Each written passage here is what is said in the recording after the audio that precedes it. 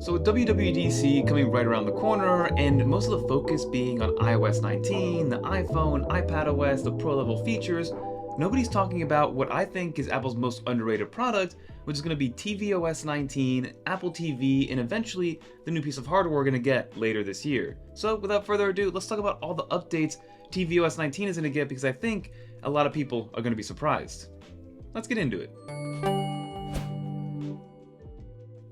So let's first talk about the new design of tvOS 19, and I'm going to be talking about mostly on the software side because it was recently reported that obviously we're going to get the new visual overhaul with iPadOS 19, iOS 19, as well as probably macOS 16. We're going to get that VisionOS-inspired translucent design across our entire UI. But as I mentioned, it was reported recently that tvOS is going to get the same exact visual overhaul, so everything is going to look a lot more like VisionOS, and I think that's going to be a change for the better. If you are an Apple TV user like I am myself, you might have noticed already that there are some type of visual UI changes that have been happening as of late to really showcase what tvOS 19 is going to look like in the future. So if you stay inside of the Apple TV application, inside of the Apple TV, I know it's a little bit redundant, but of course you have Apple TV, but then you have the Apple TV application inside the Apple TV, and that one is already looking more and more translucent. And this new visual UI is to, again, have some uniformity across all the different OSs, but more importantly, to showcase what it's going to be like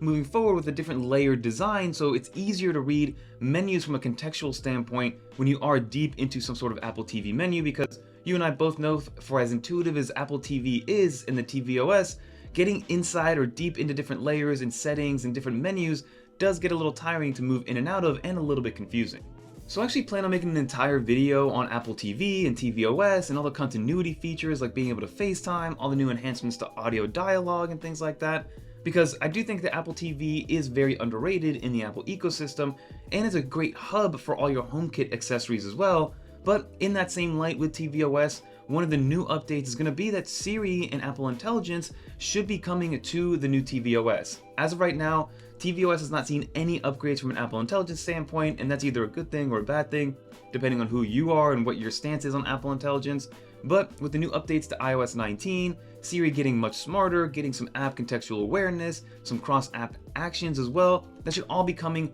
to tvOS, and I think that's going to be a great addition because, again, tvOS has been the main hub as of now for HomeKit, at least for me personally, because it's a lot easier to kind of navigate on there and to get a central hub, especially if you have a lot of video cameras. So being able to add Apple Intelligence into that could be great for automation, could be great for certain actions when you need to lock something or turn something on, or turn off and on multiple things, or set something up or activate it. It'll just be a little bit easier to have a conversation with Siri through Apple TV as opposed to pulling out something like your iPhone or your iPad or your Apple Watch. So a lot of things to come when it comes to Apple Intelligence on the Apple TV. So first a visual overhaul, and then also Apple Intelligence coming to the Apple TV. I think it's going to be a welcome upgrade, as well as some other kind of more nuanced changes, especially like some of the ones we saw with 18.5, which have to do with enhanced audio, being able to lower that background sound that's very loud for a lot of movies, especially at night. So a lot of quality of life updates coming with tvOS 19.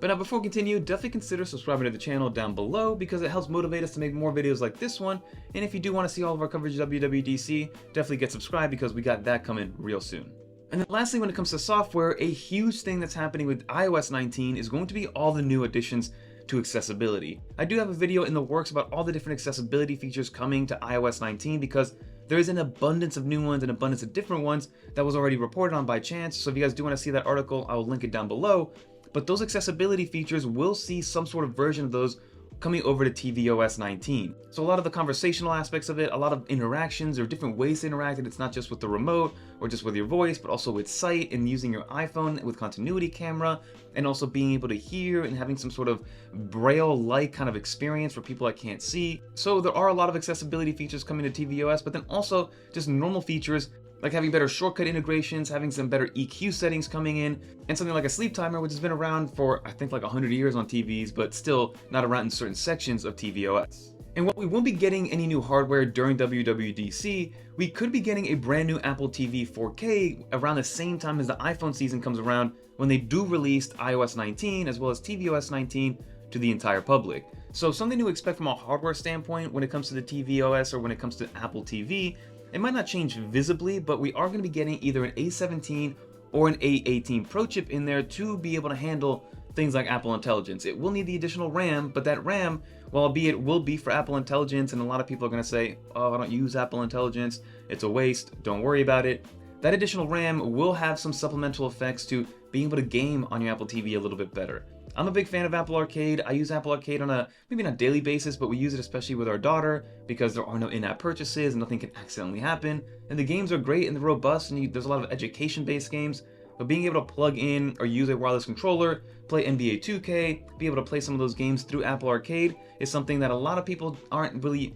it's something that, again, goes underrated because people don't think of Apple as a gaming platform or a gaming company, but for something as simple as $5.99, you can get a pretty decent gaming experience through your Apple TV 4K, which is already a great set-top box. So that additional RAM will help with these games that are coming to macOS and tvOS because Apple is pushing forward with being able to game. Again, to a certain extent, it's not going to be for e-gamers and professionals, but for a casual gamer like myself or a family gamer that just likes to play with their entire family, gaming on the Apple TV is going to be something that's going to be fun.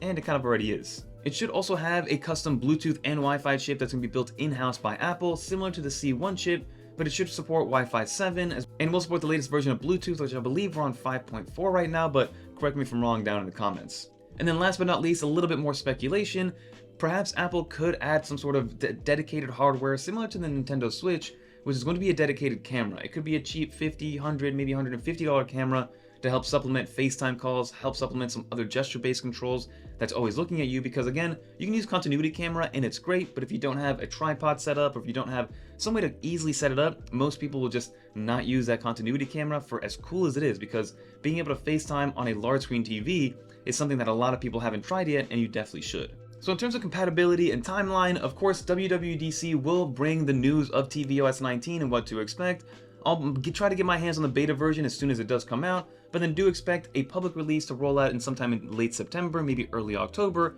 alongside the iOS, iPadOS, and macOSs of the world, so definitely be ready for that release date. And then when it comes to compatibility, it'll likely support Apple TV 4K the second generation and newer, with some potential limitations on some of the older devices, which we're not yet sure what those limitations are going to be. Of course, the older devices aren't going to be able to run Apple Intelligence, but outside of that, let's see what those limitations are. But overall, I am excited for tvOS 19, Apple's most underrated piece of hardware in my personal opinion, that is kind of like an ecosystem hardware. But overall, let me know in the comment down below what you think. If you made it to the end, leave a little dolphin in the comments down below so I know you made it to the end. And if you guys want to watch more videos like this one, watch one of these right here. And until next time, I'm Fernando. Peace, everybody.